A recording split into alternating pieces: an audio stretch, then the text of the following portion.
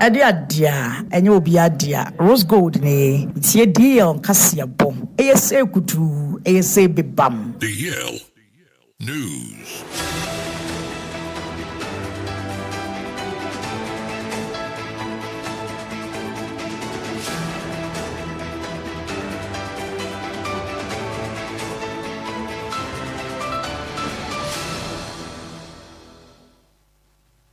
Yamamo akwaba afe tumlika ne share yen e Facebook and YouTube na yemfa kase bo no entire mankasa ensam ye hye kase bo na se e de free my Ghana yemposi sahene Mr.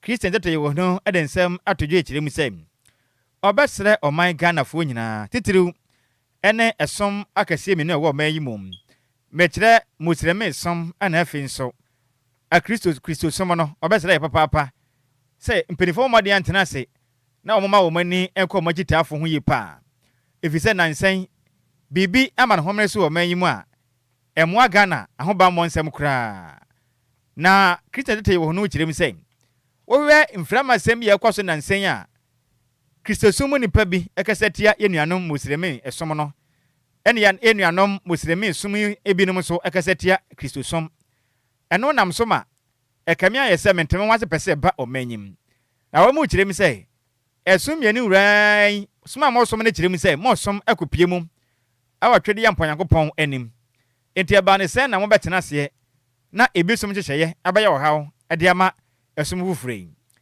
IGP ekirem se obesre oman Ghana de hye nyina abusuya ane nsore mosireme som na namatre nkunwa se wo man ba ko asomdwe ba ko no man ye nyina ye pa kire kwan ye ma Ghana mra sudie enya adwuma firi se Ghana mra e kire oman ma anamo asie tuo ye papa IGP e kire mu se magana ni biada e ma ne ho kwan ma ne soma wo som ne mra no enkoye kese ense ne Ghana mra efiri se wo som bedi mu wo som be konkan na wo som hye di mu e wo manyi mu am na gina oman ne se so sa Ghana man e da ne butu a wosomo no obata makọ osra yimbem no akọye wasọrọ no wate into kirem se ne inframa sama a Christopher bi ka ye ne anu muslimi fo bi keka ene ya muchi obi a mompa ne sum wakese atia mesom ti de oye no ene ye de mfa mrekwan so woni ni twaka biam wache na papa no sum ma no se kan akora fato na me ne ku ne totwene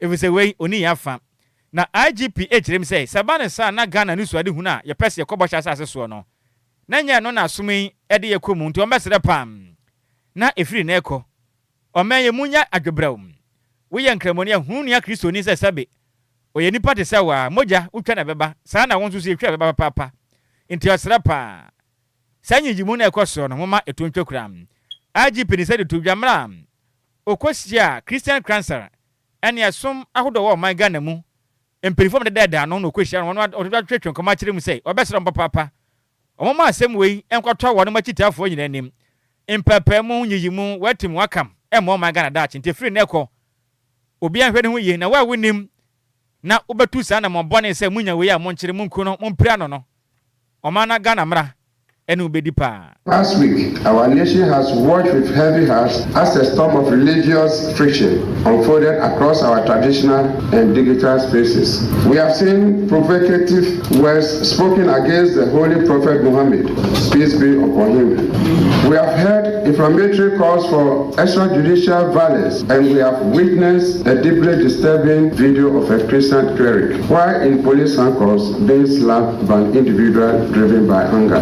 That single act of violence, an assault on a man already subdued by law enforcement, enraged millions of Ghanaians across religious lines. It struck a nerve because it violated our collective sense of decency, our constitutional order, and the sacred values of compassion and tolerance that have kept Ghana as an oasis of peace in a turbulent sub-region. I stand before you today to deliver a clear and unequivocal message.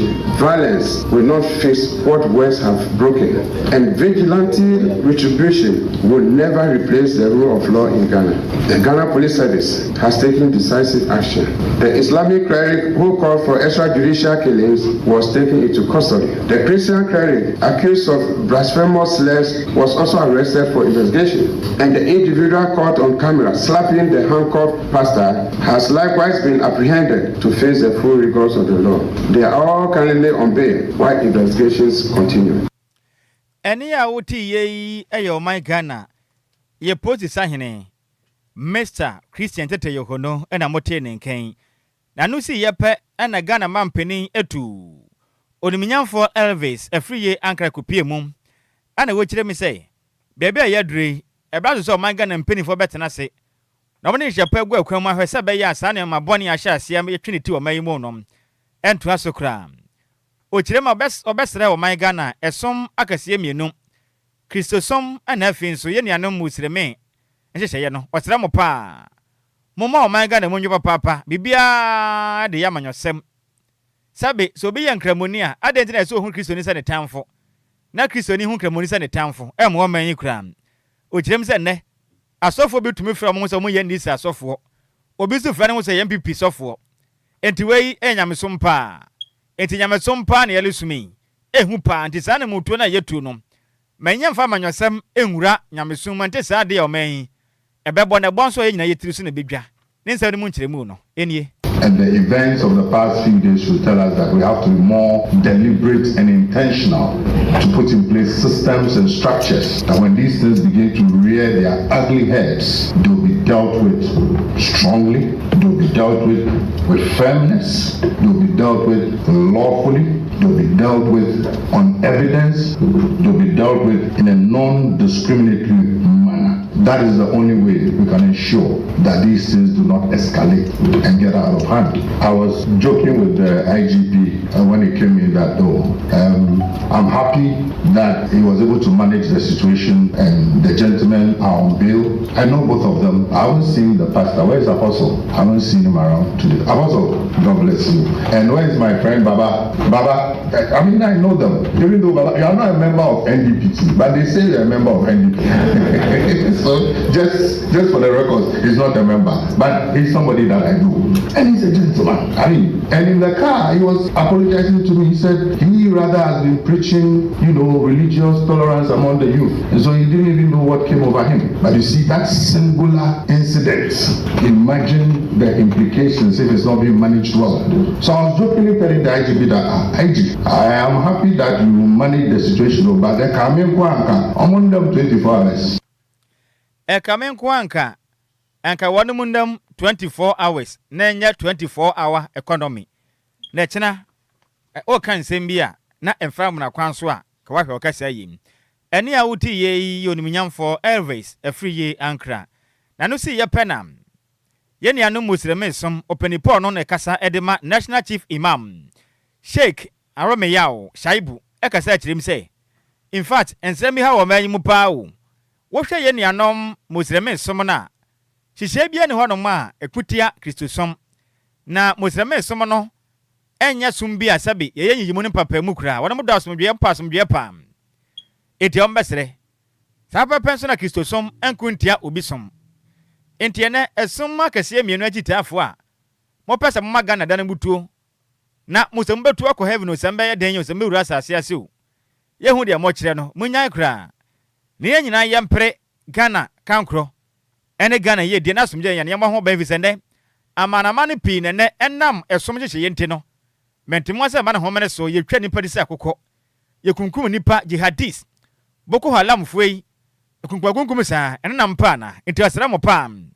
Mo ma asomje ye nya no ye ma ho ban pa ne ye mfa bu asefata. Ema muslime so me fa bi ma Kristo so me mo ne nyina yente ho ase na obi anya ne nyame frɛ ho adwuma ne mo na Ghana men kure mente sa de a o men da che be de dokono kwa. We in Ghana have been together, like the IGP said, for the past decades. We've lived together, and our relationship has been anchored on the principles of mutual respect, mutual collaboration, mutual love, mutual cooperation. And we have used this as a means to come together indeed, to even confront national issues, together. So it was very disturbing that we heard what has happened.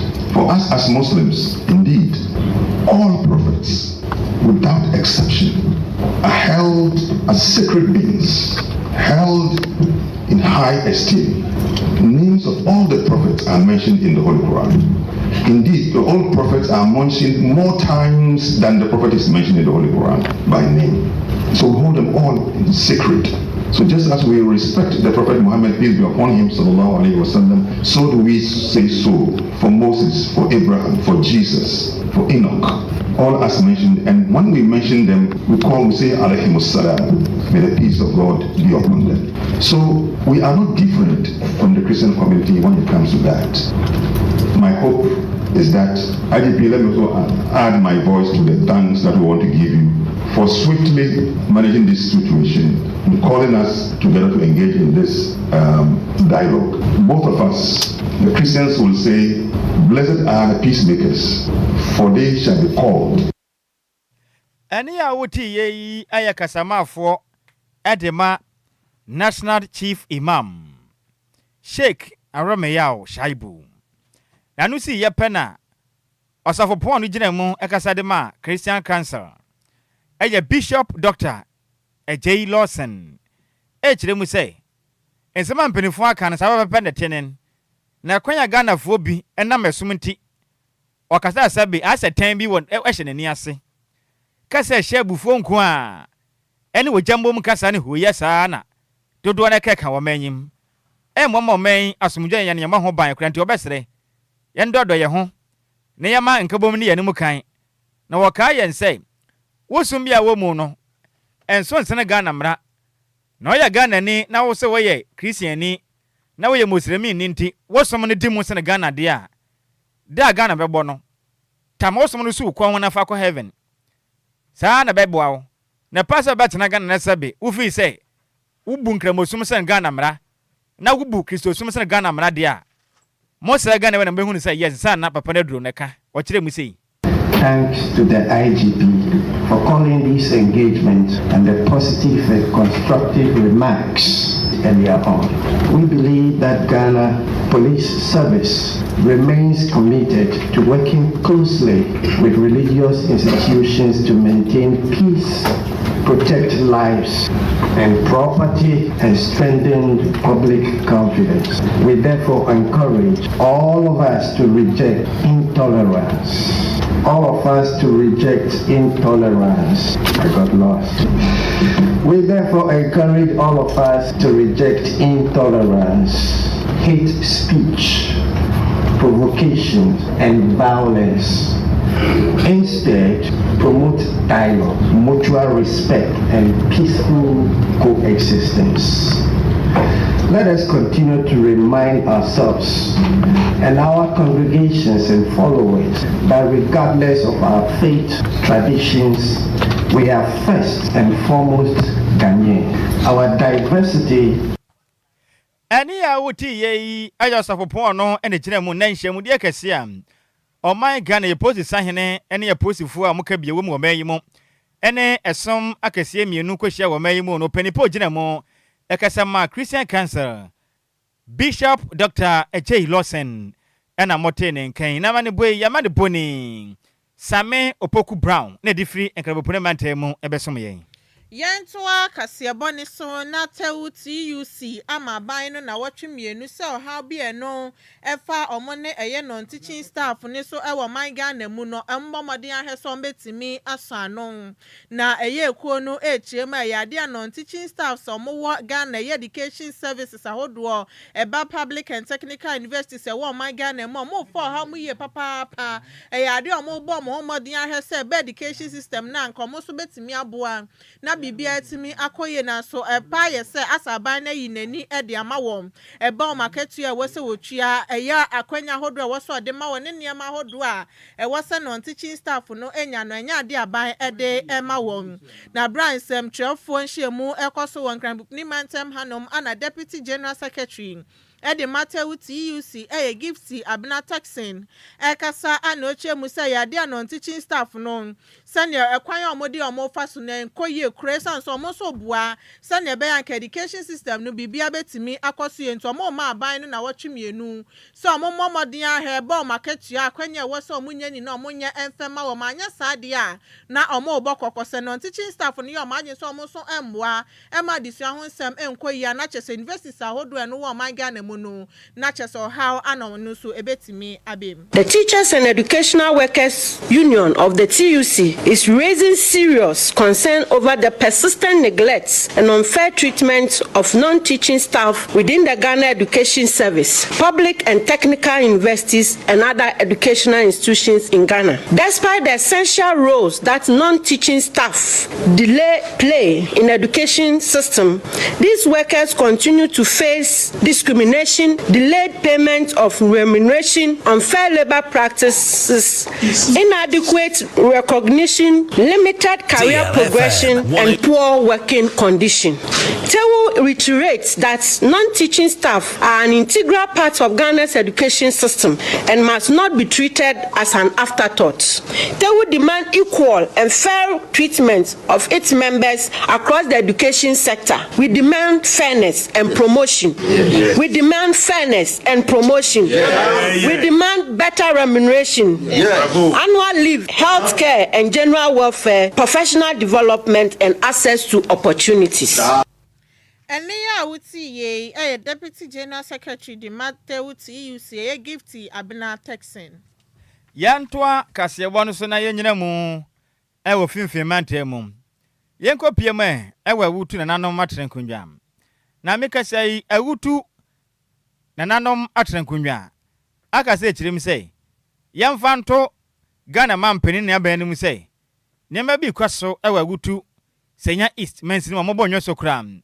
Edis aban hwe ne ye pade a ensiase a enye aban de na momu no sansase no eye nanan watankunwade na beye den pa so mbetumi agya mu de ma aban sa abanje no mfa asase no emfanya ni project opeso de ye wode mu kirem sei de entia nanan watankunwa buafu pa ne sei nansen abatodwa sei asase tamada hodo mu a nanan watankunwa asase na MCE adema wutu senya is me wofa ase set saba so wonu banini watume de nepe ana afi so base badwani adema de hyiam wanem wo awutu senya is mensenem oniminyamfo afele sena kwayo okuno o ma tena sa committee da pam hono o ma de atema asase sei o me de kwakoma private developers onye no mfanya adwuma ma honom na asase no senya o mo de asase enya aban asase enana matrenkunwadea inti abane sanenne womude omope akwatama asase na omode de wonom ankasa epem na nanom afranse ntwerefo nhyiemu akase kirem sem ompantoto empane no a na Ghana fo beka ya kasoa overhead ne nchen hope omo kyem se na dwadefo bi wonom mudi dwa kama ana beto dwa se Ghana mampeni epese obesi 24 hour economy market ma dwadefo nti omabubu onyina to agum na nanom atrangoje kirem dem kwa hwemu no sana no kurenim na mom eye mense no abanam sini ene wo mahye bedwani pe na mbo modern atu sa na monya aban nim ho hwe eno nti mpanize sabe anam se petepepetom na ne de wuro nti moton sa frɛ wonom wo ma nanom atrangonwa nanso amose ya mpanana asema mu ken no kurawom asase na nya bandia aban soma ye nti de maka na etrododo nanom atrangonwa ede to manim se semunim sa asase na nya modea enya aban sa ase de a ene ye matomra ne santi sa na tie de a momre na nanam entwa moto kakra na mompa preche na nanam atrankunwa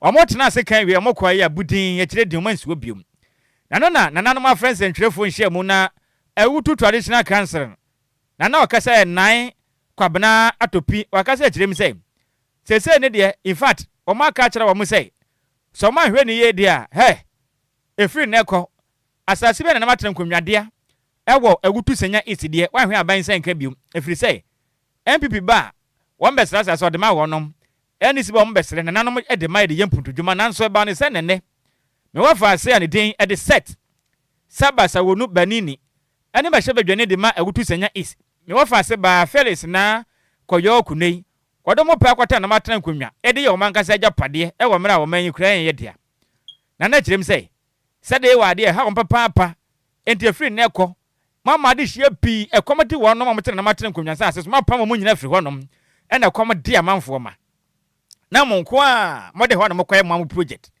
entamu kirem sei de ade etwa mu nsuru mu kura mpokura ye wo ya kura ne sei onimnyamfo set saba sa wonu banini MC de ma ewutu senya east ene me wafa se ba felis na koyo kuma mo kirem sei wano mo fra na matena konwafo se mo ye langasfo na nanom ye langas na mo adwase firi ne ko o mo adwa pa na mama we prepare kire dwuma mbedi wo mo ho no na be funa o mankasa Baby ono a obeye eda kaswa baby ono a obeye nova pass kese na omatu dwadifo no nyina wo ho no so adwuma no MC any ne private developers no moye but omo sha say na ya tro no mutwa edi kire mine nyina say the government project a omoye wo ho no na a part of government resetting agenda ye hwe no no ni private individuals na mokutu ye ma me no ma omo so mudi dwa kakra wo ho no a ye wo palace ha ahemfo ye wa hei ye nya we MP ankasa nso kan bi no mu nyina ba omba e ma omo ti ase se adenti no ma ko shese adwuma na ase ansana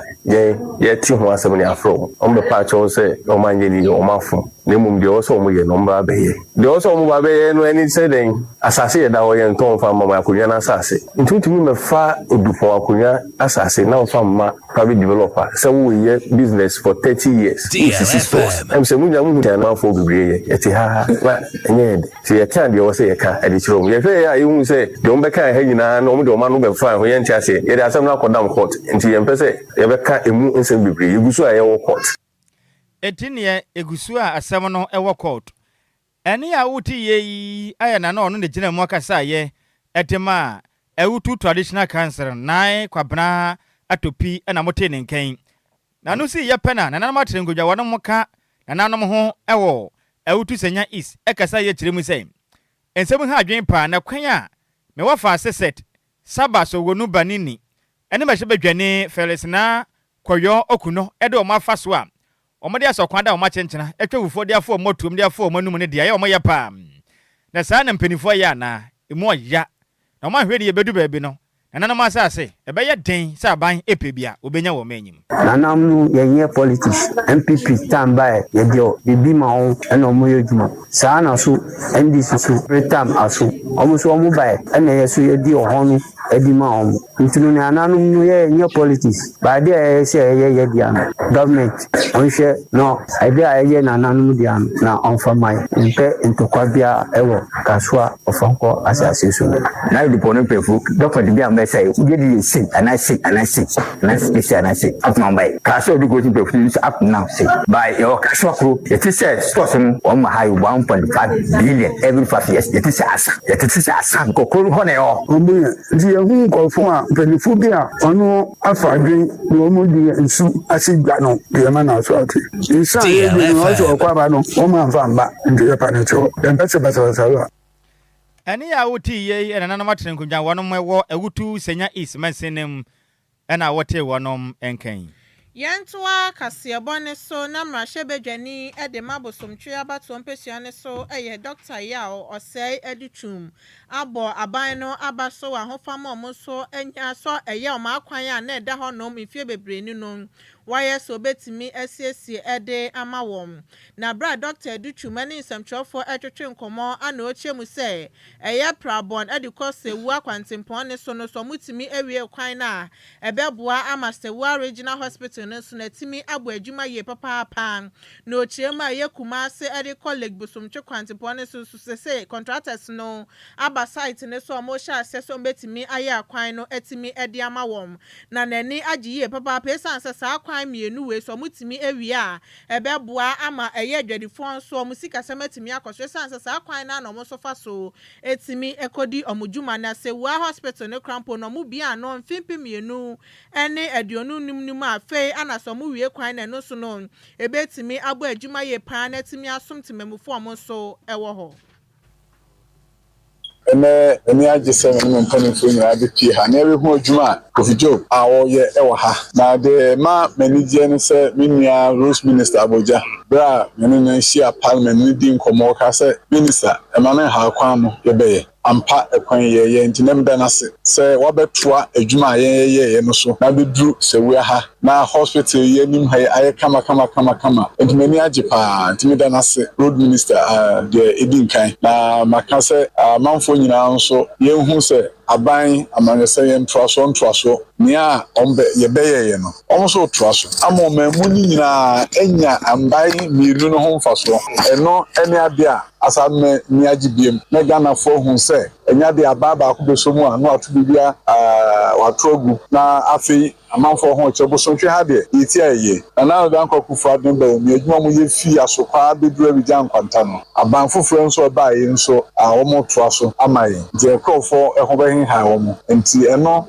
enigisem ema me na gidi se enigisem ma omamu ni nyina se troaso ye kuye ni ye pagya ye man enti na mi gina se we a hospital ni ma na ohwe se de kwan free to yase abepie ha na road nso go so nche bi repie se we a ene ya uti ye eye doctor ya osei educhumono eye mrashebedwani ede mabosomtwe abato mpehia ne so na enu achi anatememfo nso echema eye ade omonso ede omonsem ede betudwa Michael Amwa. Yekanisa idinyamiazi sowaba. Nemo meslani se omungusu no munye maye. Sede beya yekanisa se ye ho kire pa ni mfuto no tue. Ye slow ma omunye bibia kama maye.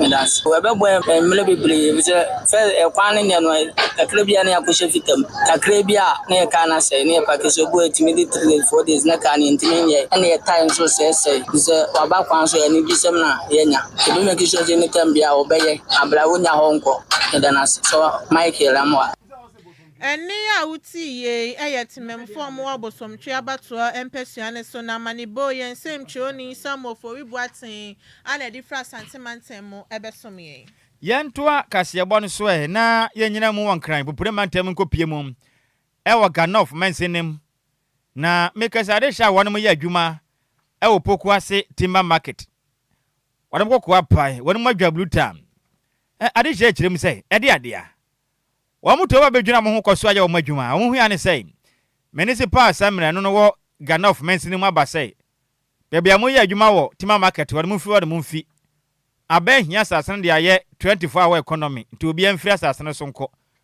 akoto nua ba kora janua ne gu na po ba bi fa kora ende za so atam wo de beko wiare ba fa bia na fafa na adwadifo ye akirem sei na eba ne sana esa ban pese o mse beko o ma no kora o ma mu biwa na ndi ambassador Ganot municipal chief executive onimenyamfo akote agbose o masira ne pam sana muntu opese otu na be ya nkonsa na adwen firi sei beya wo ya adwuma ne ho atwetwe pon bi obi kura fie anim na wo ma kwasra wo de etontonton wo no munua enya aban asase kura enti eba ne sa nenne aban pese oje honom ebosui ajadifo ya kase kirem sei o ma adwuma honom ma chemfie pintem ne na wo de honom aye adwuma omunim se honom nya aban asase ni wo maton nua aton na obi kura fie anim na mo ye adwuma enti ye mo pa se nne obi aba sei ho ya aban asase enti aban hia na ode yakwaye 24 hour economy wonu mu kirem sei asase ya band na hono na high tension insulation ne wo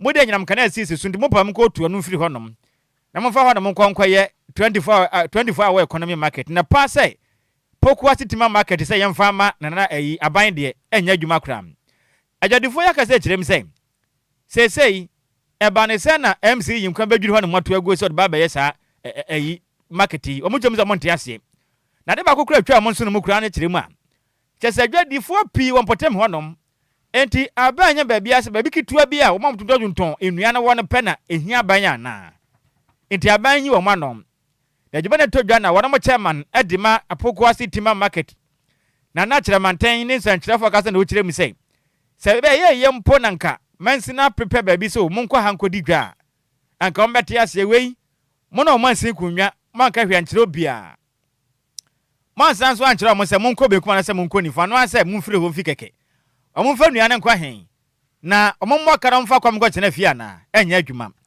na mra mu hia mu no enyo to ndede ye bi sei na di kan ekoso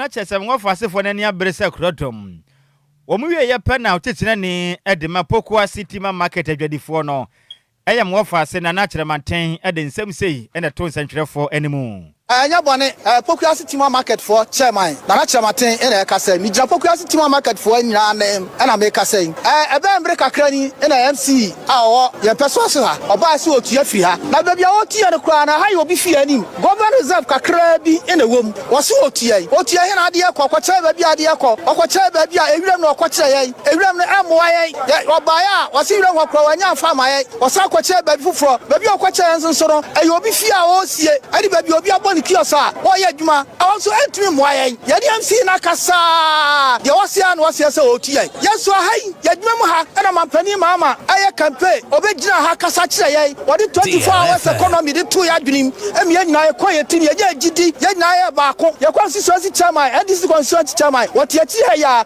omobarazi ye nyina ye baako ne to aba ade mampani na mampani wini ye mampani wini na MC ne ba e dia MC ne yakwa ne tamfo ababi kaka edidie ye hwa ya yire ne ya ma ko school ye tia school fees ya bibia o ha no MC ne so otua ba bia otua ne self atase obetua o so otua ye development o ha development bia de obetua ye because ha you obi fi adim dia ka ye kakra bi aye government reserve any atiso etia se MC is edo ene kroya ye nya ye de tama pani ma machi aye campaign ma no amodi wini ya wo ba ye no andisi aba betra ba mu no amo me sasa do no kra ma en ama ye nya andisi ho tan ya da na se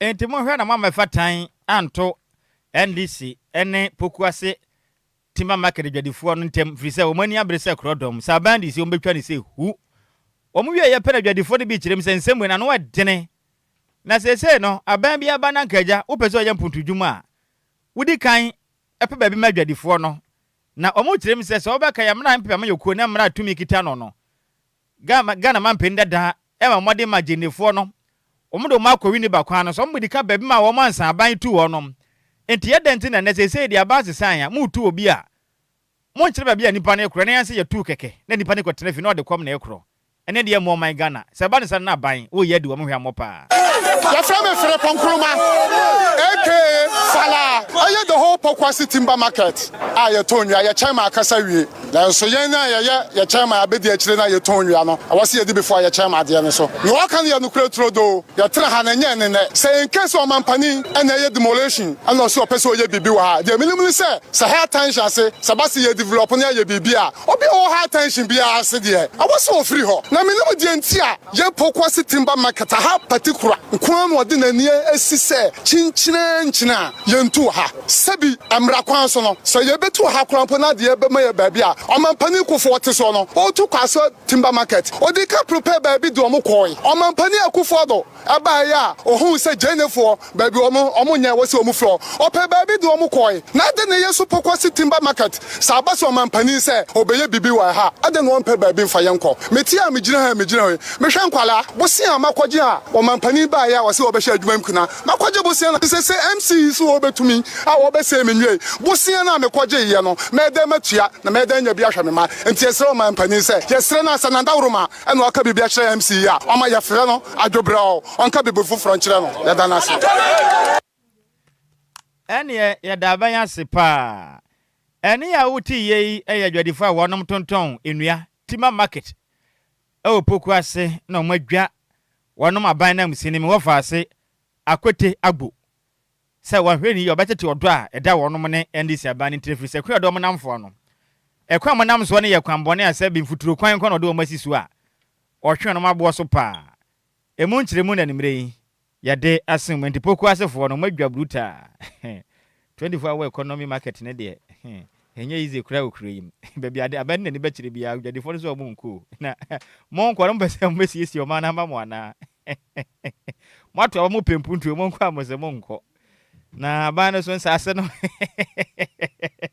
sika Kwajo aban ni asase no be 24 hour economy market na is it 24 hour economy market adani nchiremu bia chiremu adwuma na yedin o hey sesi ye market for no kura se omo so omo nko e ho no omo so omo nko ne nko kina enti omo sra ban abanse sa na adwen na obi ase won kwasa na ebede na ban ya adwuma na mai because yes ye pempuntu and yes mutumi ko na ban siesie ho na eye kama mamo ankasa na say so timi joint memfo ne so baby on anything na obeya comfortable anything na obeya no eyi modern one a bibia hyem baby a ono koye no mompe enti wonya ne baby a mo pe baby a mo pe no ma kire baby abanko ye no de ma tete kura ye me wo faase seba ewutu sanya ECMC no mo kire mi si wo twewufu afa na nanam ko ho ahwe o manum because asase na o mo so de kwaye edwa no sa na o de kwaye o ma on kasa no ho o mo kire mi se Ghana man peni ni mo ho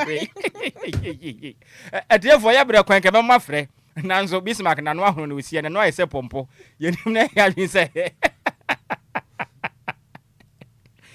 Rani Yakopon cause one official pao. It's official. DLFM 106.9. Na said ya kodisi nyai abetwa ebehu na kokono kase because said ya nyoma ekuro no. Edu baby ana say agudi ne nyagro kra ye ba. Ye no mo ye ma so mo. Anya di data mo. Ye nya wo mo. Ye ma yo mo. Ankumo. Ye nya ankumo ye ma yo mo no mo ye tumneza. You beat them. Yes. Yes. You are to see Lord. I want to do this time. Hey. My God, you are not power.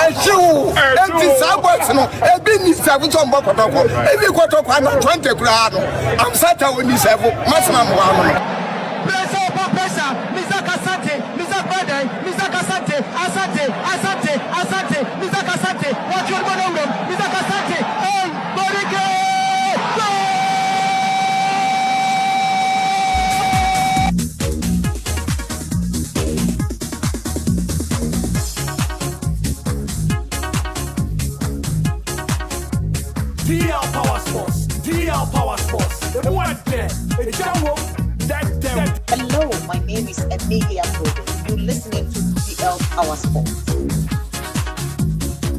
Me wa fa se Bismarck man biza ya krado. O de agudie mo nsem ene ba beto akase bo no so. Na me na kwaba na on fa agudie mo nsem beso me Bismarck. Wa fa Nhyiraba. Bibia boko de. Yesu adom bibia boko sound so ho ye. O nyame adom betiapo. Na watwe nso na kwawe ya beto ya so bia mu ntino ja se de woni na dada na. Na agudie mu nsem no bibia egusu ekoso kama. Oh bibia fine. But then no say no Friday bia no. Wrap up for the week. Yeah. Nti ya the trending stories any ade kan say kakra we ba. Na Ghana for so timi achi ma di komo. Nti Friday bia is a dimension aye kono no. Oh okay. Nti ya try say dia na say the different factor say ye din komo say Ghana for so timi de o ma no tum. Eno na say ye be ma ho kwa. Oh here is very important. Na Ghana for so timi. Very very important. Yeah. You get it. O slang ne dia no. Oh yeah, very very important. I say when ya oba bi o US and oh for den say nyo ba asem. Nso me nimpenifo na nam. Tena nse me ko Ghana man peni nchen. Me ni di nkoma na so nhira. We obi ampe wasem pa ba wakasa obrofo no. Aya ma ne nyesa obrofo ndi mi so it's very very important. Yeah, sure. Ti man peni angasa na. Oh yeah, Ghana man peni ni me di san kono so that's fine. Wow. If that be the case then I have to.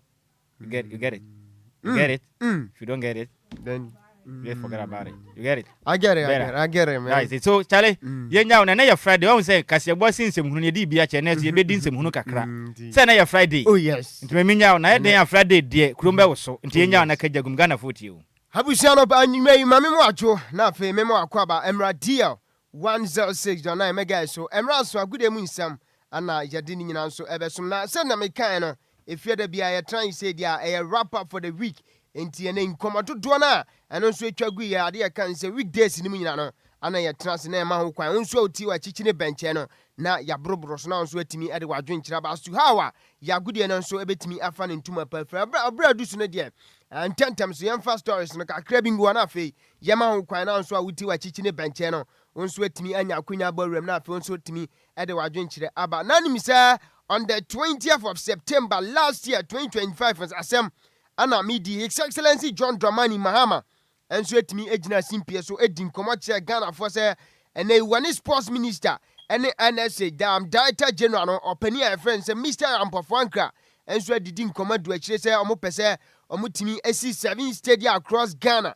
na say there's a man tam nyina no e wo say obi anso timi nya sports stadium na as to say eno nso ebetimi ato dwana say aye ho no eno nso na timi aboachi bi ni say no nyame adoma next man na say opani no His Excellency John Dramani Mahama Ghana ye president oka say asem na ekonya 1 year me no ka say on the 21st September next month ya na Ghana enso no Ivory Coast ebo ade kan say AFCON 2027 qualifiers no afiwa na de tiensa Ghana medical travel akọ Ivory Coast na second leg no so yatimi abe yafiwa ewa Ghana ha sanso na next year February March under 20 African Cup of Nations o man konkro Ghana enenya akwenya omonso etimi hosti ade kan say tournament no na nwumre when yebusa say Ghana yebekoso a enso ahwe animu anase atwen say yebe omampani ene na nimpanifo anase abidwafo nso betimi assist stadium no na before say beba homa no so de yenkwa na fe yentie nkomododo a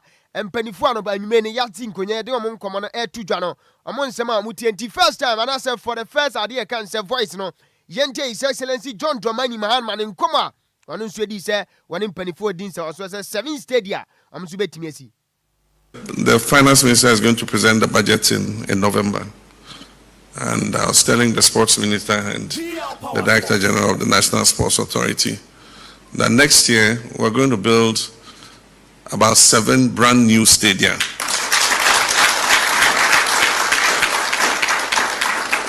We want that every region should have a stadium that is fit for purpose so that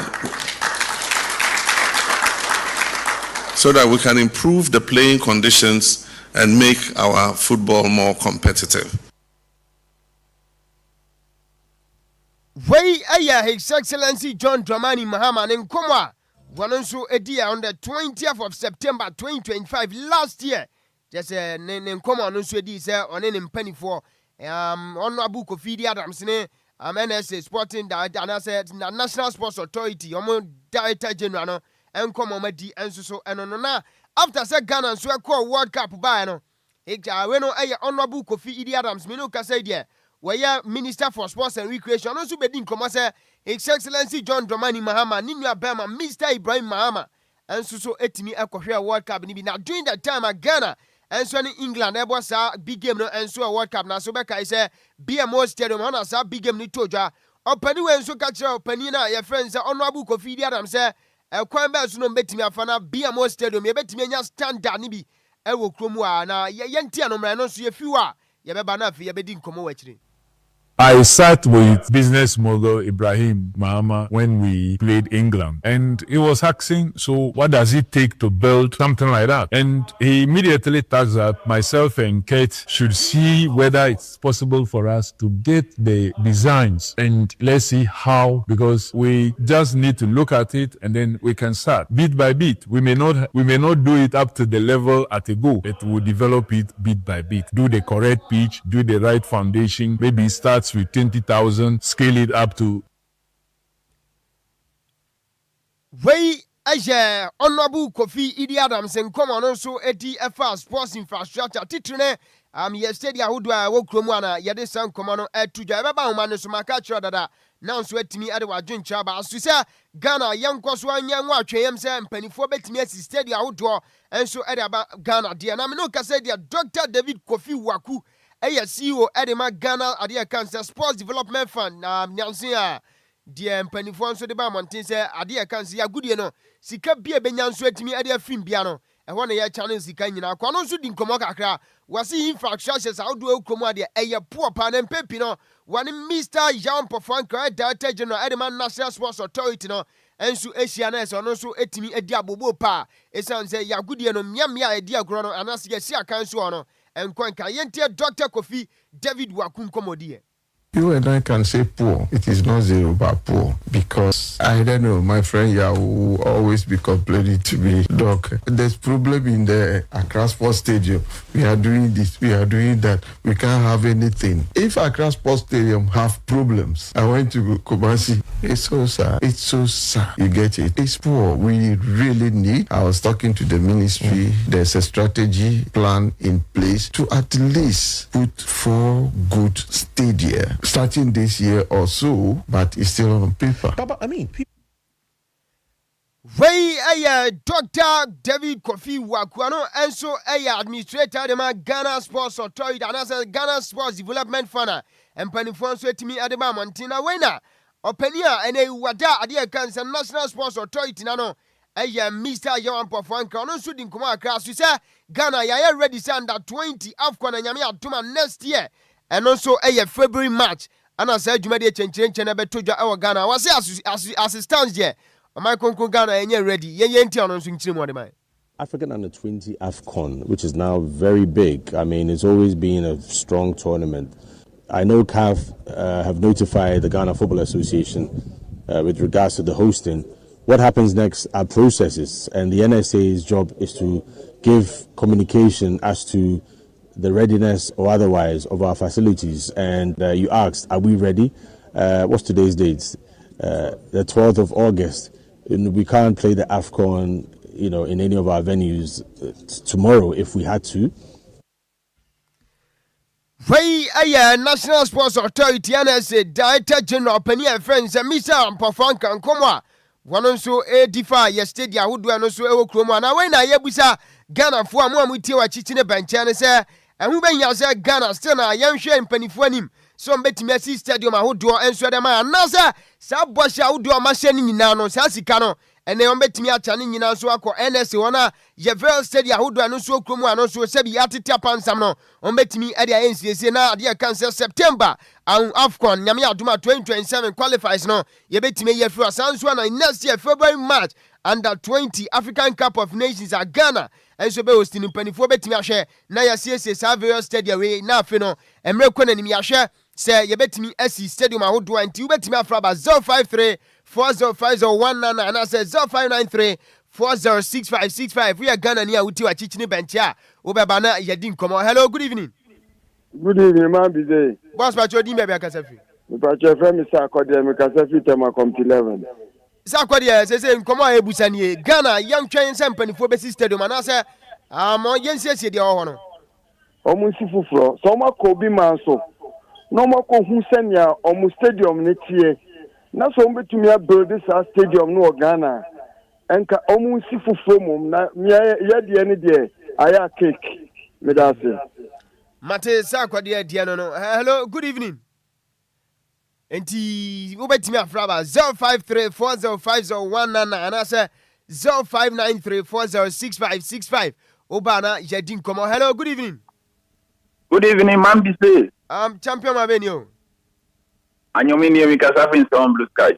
Anyami Maintio Ghana Yenya Desisia. Pacho me this say NDC government next stadium na Ghana government. Ghana government. Say Sika taxpayers money.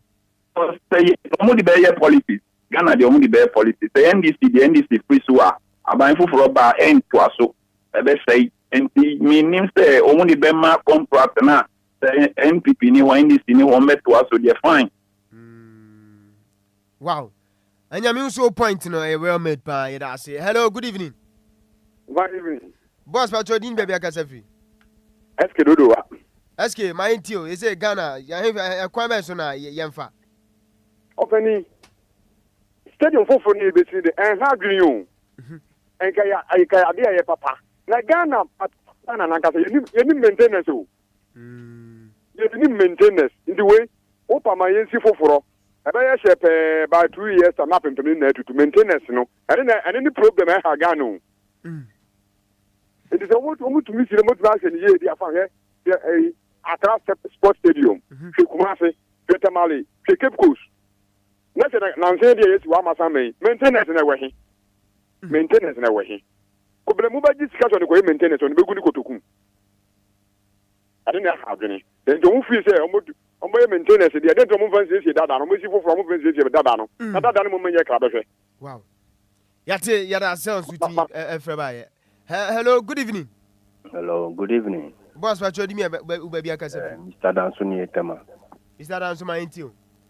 Oh, okay, I think this is the right time to build a new stadium for the Mother Gala. What you say? Yeah.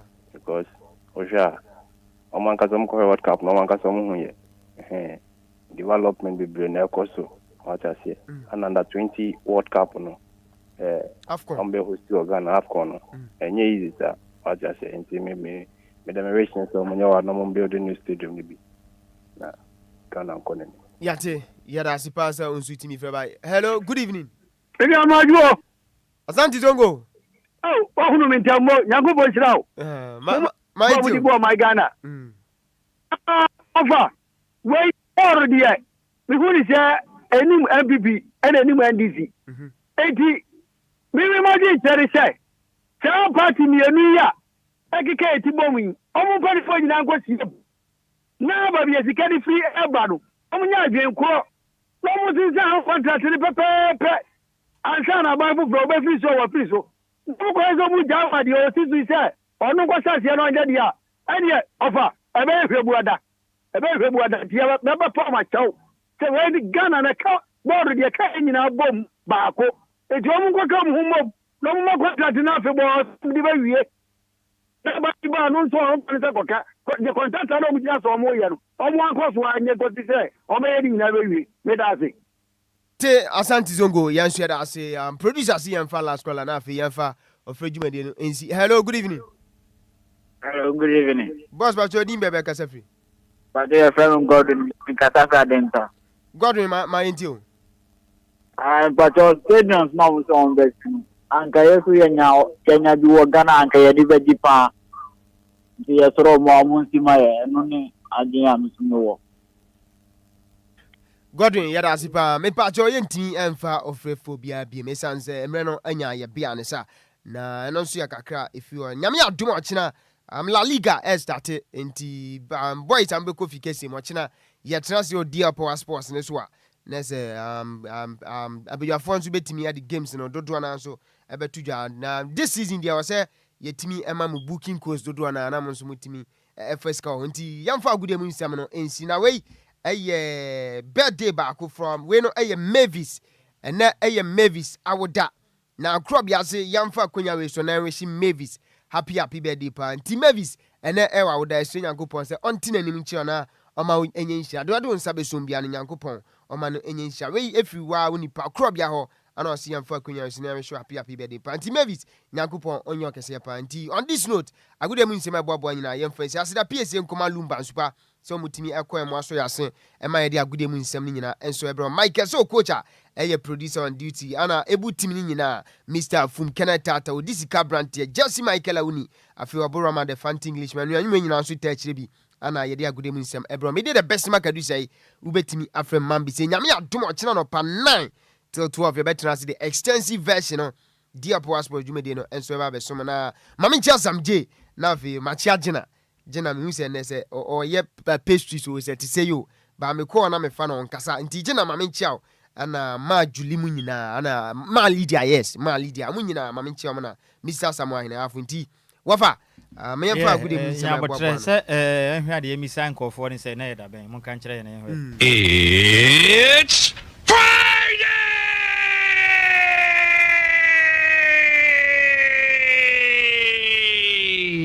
Me say mo fast na ni agibruta ene da Yankopon ato no bo asiesie ama na ngo fasefo so what you say na mosim ba be si den mosim be si den ene yentie the empenifo ka fa ho Jesus Christ are watching you. Jesus Christ are watching you. Jesus Christ are watching you. Jesus Christ over here say o say oni na busuan foni na omodo so pa na me tell so boy today be Friday mini ya no achepa ya botre ni na empenifo ne de na ye free one ye besim si ya kire mu se na ye Friday ena empenifo no me wa fase ya be kire mu se mu see stadium there Jesus Christ are watching you ya wi ane sa no na ese e bom pa ye man empenifo no because adwuma we de nyame ame we be ye den ya makadele Michael. No. I let it clear. Father, in the name of Jesus. Yame ya dom na say mpaebɔ aba mu dia. Na esese ehwehwɛ mu an ye hu bre kora ye wo mu. Na ene kora no ene dia ne pa na bɛkɔ so o memu. Enebe ye I swear. Enebe ye I swear. Enebe ye Se nebe ye dwa dia dia pa na bɛkɔ so. Ima be yewabo. Abaji ye odem. I want Jesus. No importa ya wa again. Odem ya. Ima be yewabo. Abaji ye odem. Se wodem ne ya babɔ nkuto da mesra ho ne yankɔ bi so obroyin de nne oyɛ da benda because abrɔfo no botuma kyerɛ bre kora ye wom. Into obroyin fita ena ya da ben. Ladies and gentlemen, the weekend. Na se bro na sen ase de a ene na ye Friday ya mpa ye nkɔ. Baby Friday mini ano. Baima no Friday. Moko nga mini yawuno. Baima no Friday. Iga kese Monday. Mutu mo be Sunday. Kese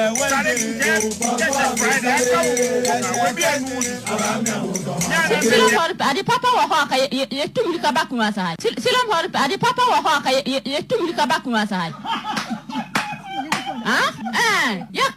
Ya fiura papa na tu na misa na kosi Mandela wa fiura na wa o se fiura na wa na misa o fiura ya wodia o se nyame dia sesai kosi Mandela na oba hai dan na silam hori adi papa wa haka ye tumulika bakuma sai. Ya fiura papa na tu na misa na kosi Mandela wa fiura na wa o se fiura na wa na misa o fiura ya wodia o se nyame dia sesai kosi Mandela na oba hai dan na ya fie no o si fie wa hai Besma ku free kuro ben so na bank ran. Mi fi konongo. Asante achem konongo. Sika free na bank ran. O say Asaman kese. Asaman ya oson. Ai. Ana men so mi free kuro mi so. Kuma se bantama baako. Ana me sanso pedu pedu. Pedu he ya Kipkus. Na yenya ba ne de in fact, ye nkwa akura so bie wo me dopo. Sa Besma eni afiba free pom abankran. Na be okwaje den enti mo fa zizo ban se no nim se wiase ya desa pa so be ko bi o de enko pon okran fa ne kele wele uni ana me chiri no mini maguzo mu no uni ana me chiri no me frequency abakrom e ma akoko mo me ye ni am ni escafo me chiri hey so here you already me nkwa kurasi bi e banka Bra, Brazil de ben go bi wo mukoko na aka wuram. Mo kwati mari ye. Hey, sabi ase do. Ye urade. Sika sa mo si wiase e do. Papa bi. Banansi ya sika ba me hu a, timu say no mamu sesa. Esesa. Esesa. Me pese de e kon no fa we de no ho na ze bibia ye so smooth. Very smooth. Hey, you get it? Da ben na ukọ ukrom na nsen ya mete se wo si bia uwu na akọ ye sank wan ko fie enu de ukọ ya che de ntra se o ba kra no nkra na ye fine o compare nkra to Asante Achem na uhu ni sen ase a pressure ukrom pa o agwa se me ba che mi swakra nti agwa se ye ba se mi ko premier ni JHS nyina wa o le se wat na nkra ya che ene sen nkra kasa na wo ya de oh yeah eti obi kasa bia me kondo body ya toton a obeka ne se won krem na body ya toton kwa na obetima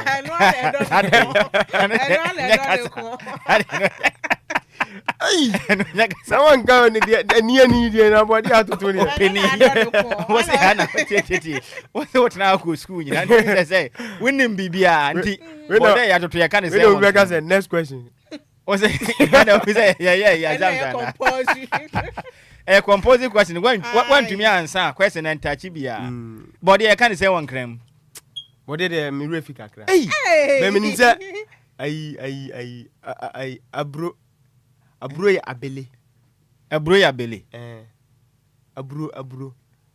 ya ya kasa abele abae de abro abele abae abro da bi abele as abele nkwa abanka ho Abele bi anya bro. Kofi tell na nim Kofi abele ya bro. Wona mo fra so wani abele. Oh, Kofi tell na kan ho ya abele aba. Enka kasa engrani bi antrom na. Nya abotre mu ni mabro dua. Ndi abro dua ya fa ne sen won kran kasem. Dua ne de ebe dia ma me. Ebe ya abele dua. What's it? Kofi se bro tu. Infante ne ya kana bro tu. Infante kana bro tu. Obi ya infante bi anyim de bro dua ne ya kana bro tu. Ututu bro ho a. We na ehye mutia na okwa kura se sebe. Udidi afa chem ye de ko ekoje ya nan. Se do ma no an ko bi kura timi. Infante wo fa na bro tu. But menyim mankran wo kan. Abele mimi se abro ni. Eti wonim yesi secret boy yen kwatem la ne yen so so. Nti wan kan no kra me you secret. Ayu ne ka. Wo secret wa. Me ba chan. E dey secret a. Me ba chan ta ma ka kire me se. Oya man se adwuma wa ide nti one ne ile ni ja ye ne se. Ono wo kwa anajo. Nti bi wo ha ewo man no abafiri. Ewo man no abafiri. Nti obai na be ma foforo ne ile no eda. Catch me. Catch you. Ma mo me kusia. Na ema ne kosua de a yate se sana abaya bi su okrom ha so obi ayi na de ma na ya ne ya na bema bi ama na hunu so kura na se omenya oma Christian tete yo hunu pose san hene kura koche no na ba ne nkomo odi e no Bismarck emu ya ne ya misa sikapa se sika wo ya abaya de pa na bema be ya opa be ya wo ya pa wo wi ase obaye se o ma miska ena be ya wo ya pa wa ma sika se sen sika nka ho ana sika nka ho me na me bisa asem no sika nka ho e de pa wo sika to nchen a e de obi na be ma be ya da obuo no nka ho na de le ka ho so far that's the most Adjoa kwa asem a waka se agisi o ma miska no menti ase na ho kra ma na ma miska show me o question ne yesen se bia one ne wo ho ana se just oba ne be ma ne te na ade a wo ye no ade we de oye na che se ha ne pa wo ma ne ho de nyina ya basa be se ne mu o se sika de ntimi kan we go be no tia definitely sika de sense we mood sa nti ka wo hwe ade pa so akoye obey o de ye we be ha wo pa wo nkwa na nyina okay so I think so obey ignore me asi se me ben na wo ignore me o twetwe ho and be me ya pa o ben no twetwe ne ho me ben me bi ana na twetwe ho o ben twetwe ho de se de okay kan asi enti ase se betiwe na do ho ben me na me sori kwetena nchen ono wote nti ubu me ba na nti so ubu wo fa be yes na wo ben no na wo twetwe ne ho yeah yes be man the body monso ani Adjoa breaking it down kaka man no but ignore person obey me wo fa si de opa yi na wo de me wo fa si ni how de ni nti ma entie me wo fa si na how no unto me go to runs go one be no ana so jene Iradi na day. Iradi na me go connect me ma 30 minutes free na me get 2 minutes for. Amanda umre na enso ye. Why? Ebi a ni obeba no nya abro. Why? 30 minutes we nya abro so. 30-40 we nya. Unto me go 2 runs. Go one be no. Ana so jene. Iradi na day. Iradi na me go connect me ma 30 minutes free na me get 2 minutes for. Amanda umre na enso ye. Sika no wo fa si how ne nyina ni Mama no adin o say e ha adwen ho me pese wo make confession bi wo ha ne hu say no krampa na sa Monday twa ntora na no kre 2 minutes dey lie be na say so ne ma bi e hu no na say ne ma bi e kwa so na say manfo bi mu dey kwa dey 30 seconds kram say na sa do yetimi bo ho pa ma nyame ya bibi o say obi are dey wo afi ba say dey odisa once sometimes say any son no with modern boy modern news na your pony ye mo fa si betima your pony Adjoa chichi dia o kan ni son ultimi mfane this son no enka ebi wo son so timi bo adwuma 1 or 2 hours ebi kra eso me ya she It's a your mother mono. Came in and Yadrin to say Bakuya and then I hear me who Bakuba. Opening and some I will can and send him. More beer, better. Okay, better. Sabaya. You must Bakuya and I hear me who be all. Now, just an Adjoa Agyei. Won't near Messi who see that or no only. Sabanisa, win him the ABC. Yeah. I am back when we need back. Obefre Ghana man penny say. No mom, the husband of the worker ya papa John Nine man of from as someone bunny say pet na man of from last one Bismarck Oba and so on wade. O me worry. Sikapa and so on wade. If you baba and so on wade. Many tailor dear. Some ba wale dear many tailor. See ya na ye corner ye dia brave bonus asisi ni nyina ni. Shegelege. Yes we nickname no Shegelege. Yan wade. Me bia no adi. Me ka Shegelege wonye so no. Shegelege. Yan wade. Me bia no adi. Na mra ne no. Umra ne asai. Bidi agoro basa. Aya unwe ti bi so. Ei. Eti ye dia be na ya ka kire mo no ntimo de mba wade a yame ni manim. Ye dia we kire ha hwe mo. Ye dase. Hina ye den ya. Mo ba be ka kire. Aware wafre what did you say wafa wo ho me say I say wafa nkomo ho me kunu to between me ba kwa to form sisi a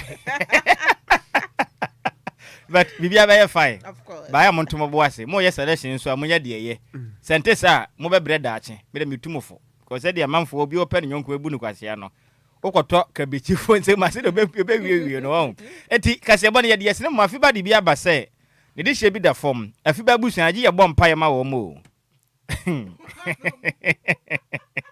Me you Mike na because say ma keke ka no. E betumi akofa ma ni asem de aba. Enti me you. Ese ya bom paye na Yakopon ma na nwosira no sifi ho. Because me wafa se hwe na de bia ma um. DJ afi ba de aba no mna say. Ahofa dua ani den e de madam. Ekua akere. Onya mfinhia no Eduana miensa 43 years na onya ye na bamo wu a onfade ade edna pakan ababisi abusua afikyere mo betam mo de hye mo de nyina madam ekua akere akonsere ya na yakopon ya adoma e kyame menenda ana abusua ne tena se na nakura ye efiadai esiripa bekwaso ye kan se wakeeping ebetodwa ewo sabawie apia krum eho enene wombesire ne pe sabawie apia krum yakopon ya adoma kyena do no betum pam memenda eno beye osana aboso na tasudunum ewo mfempim ye ne aduonu nsia mane so bekwaso wo ho no ma sabawie apia krum ho na dwumade betodwam na wo mu kyena mo de pagya emu no emra asafopon aba na wonom aba beye amamre ne amane nyina wie no be pagya na mu no ekwa kwesie no ewo zongo amusieye na mbesa betena se eba benom wo mode hye no ekiri sikasa mame na kro ya osana boso na tasudunum ewo mfempim ye na dunu ensiemu ewo ye se bewie apia kurum ho no ma na dwumadie yi wonom besan atena se yakopon ya adoma ne kwasiada so no abusia bekọ na sesom ewo kwasiada osana boso na tasudunsia ewo mfempim ye na dunu ensiemu a mba boden akọ asore no Assemblies of God eno ewo adoso omba boden akọ na asore no Assemblies of God adoso eno mbekọ eye ne na asesum tom to nsra de from my Ghana nyina say de na chia pai enyo no na opam de adato na nsunyo no na eyi nti eye ko wei eya kwagya tim nyina yenko ne yenkwagya ye nua ba madam akua kyerefise no a anka obeba openi kofi sechi ono ena ye eja oja na chi na fin so ena oja na chiri no eye Kwame Bright edin ahyase no edin ahyase ma de ba ye no enti yenyina ha na yemfa eyi nka ebo no emfansi kase bo na musemufo na ye miss mebel ntwa ho fedu na semu ma yen champion tele de ekopie mu Facebook NF yiti makase bo no wonya bi ehwe yem me wafa so Emmanuel osanya akon eboaye ewo kase bo dem DJ Zigibi echinchim kase firi fuma de sumya nimrei Bismarck man bize e de agudie mu nsem ebesom akenkan fo ebesin kunya besom no edi ameje so yo wofa osi ade yo de one at Nhyiraba Kwadwo Sammy B. Mautedin and the battery bonana or Tafri Jamene. Adjoa Agyei Sikapa na Kwadwo Sammy na mekon birthday bi wo hono. Better. Yes, so a very, very, very biggest happy birthday and come mama so corner for Adjoa Papa B, Mrs. Comfort in Cancer. Mama Nyankopon onsha no nya okese. Onyu fra dumo enkwa dumo. Oma okwantintini ahoden. Sane be ya obetimi atena se ache no wa hwo nananom ene omani na eye me ene abusuafo ni na sama ye kan se ye do bebre. Nyankopon onsha no ma umfie no enkwa anim sa na ahoden no ane yesre ede so happy birthday to you, Mama. Nyankopon onsha na onya okese.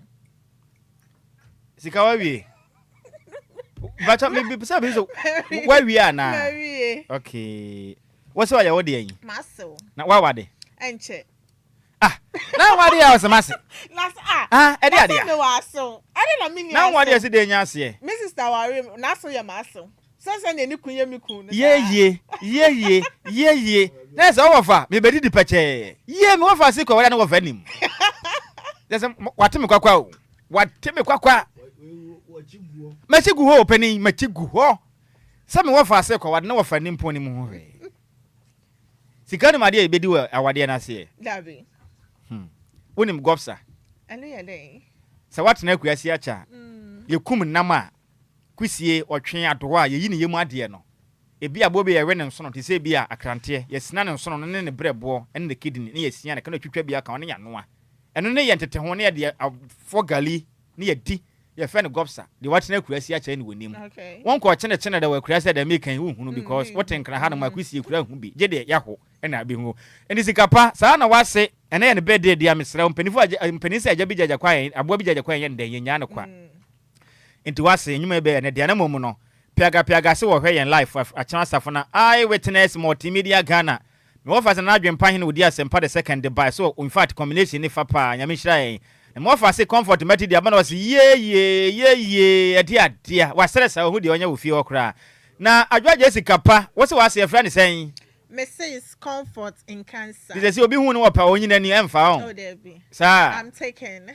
Yampesi ya bete na bia o. Ti so hwe na wonansi su ya ma ye hu. Me na me ka no kra jiro. I'm taken. You are taken. I'm taken. Hey. And be man e friend say. Chum. E friend chum. Chum berema. Be medi no. Chum berema. Ene se ska wono. Chum berema de ska wono. Chum bia ne ho ase be we hia ni. Chum o ye hia ni de in fact na hu pa ni pa de to no wa hwe di no. Enti Adjoa Agyei Sikapa se wo se e friend say bi o. Mrs. Comfort in Cancer. Ante onyum nie.